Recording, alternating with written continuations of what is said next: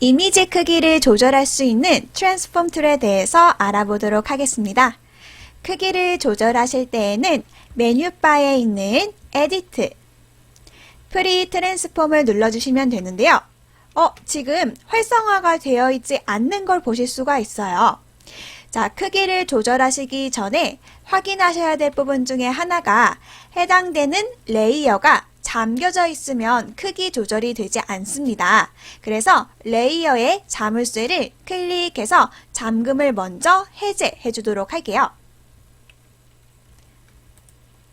자, 그 다음에 다시 에디트, 프리 트랜스폼을 눌러주시면 되고요. 단축키는 컨트롤 T입니다. 자주 사용하는 기능인 만큼 단축키를 꼭 외워서 사용을 해주도록 할게요. 자, 눌러주시게 되면 각 모서리에 조절점이 뜨게 되고요. 자, 이 상태에서 클릭, 드래그 해주시게 되면 비율에 맞춰서 크기 조절이 됩니다. 자, 이 상태에서 활성화가 되어 있는 상태에서 이번에는 Alt키를 한번 눌러볼게요. Alt를 꾹 눌러주신 후에 크기 조절해 주시게 되면 가운데 축을 중심으로 정비율로 조절되는 걸 보실 수가 있어요. 자, 이번에는 회전을 한번 시켜보도록 할게요. 조절점의 모서리에 마우스 커서를 갖다 대시게 되면 회전 방향의 커서로 바뀌게 되는데요. 자, 클릭, 드래그를 하신 후에 각도를 조절하실 수가 있고요. 직선의 의미를 갖는 단축키가 뭐가 있었죠? 네, Shift가 있었죠. Shift를 꾹 눌러주신 후에 각도 조절을 하시게 되면 15도 간격으로 딱딱 맞춰서 조절을 하실 수도 있습니다. 완료가 되시면 위쪽에 있는 옵션 바에 체크박스를 클릭하시거나 아니면 엔터를 눌러서 마무리를 해주세요.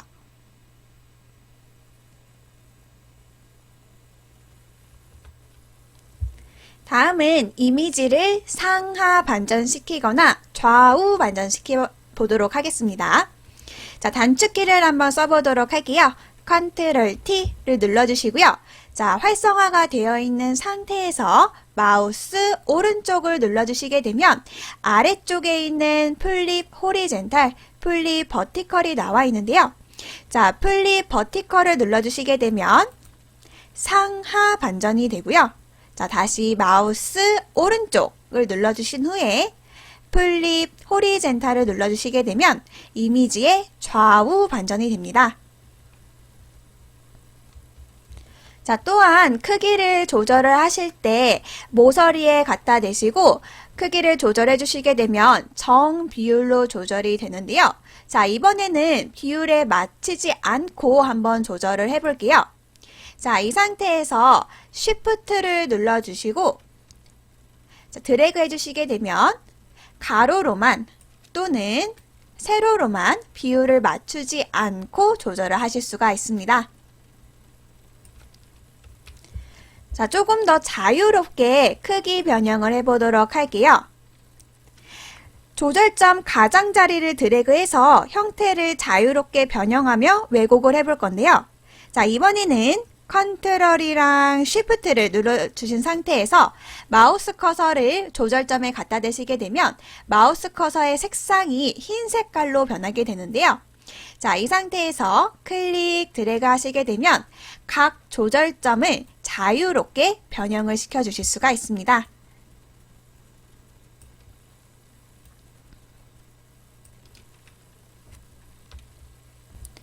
자, 이번에는 컨트롤 키와 Alt 키를 한번 사용을 해보도록 할게요.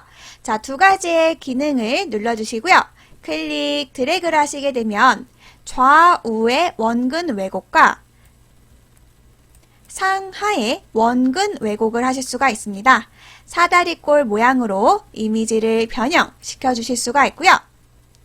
자, 이 상태에서 엔터 버튼 눌러주시게 되면 완료가 되죠. 자, 다음은 자유롭게 조절할 수 있는 곡면 왜곡에 대해서 설명을 드리도록 할게요. 자, 여기에서 에디트, 트랜스폼에 들어가 주신 다음에 자, 여기 중간쯤에 보시면 워프이라는 게 나와 있는데요. 자, 원 모양을 클릭 해주시게 되면 끝부분에 조절점을 이용을 해서 자유롭게 곡선의 형태로 조절하실 수가 있습니다. 크기를 변형을 하실 때 컨트롤 T만 이용해서 사용하시게 되면 아무래도 한계가 있게 되는데요.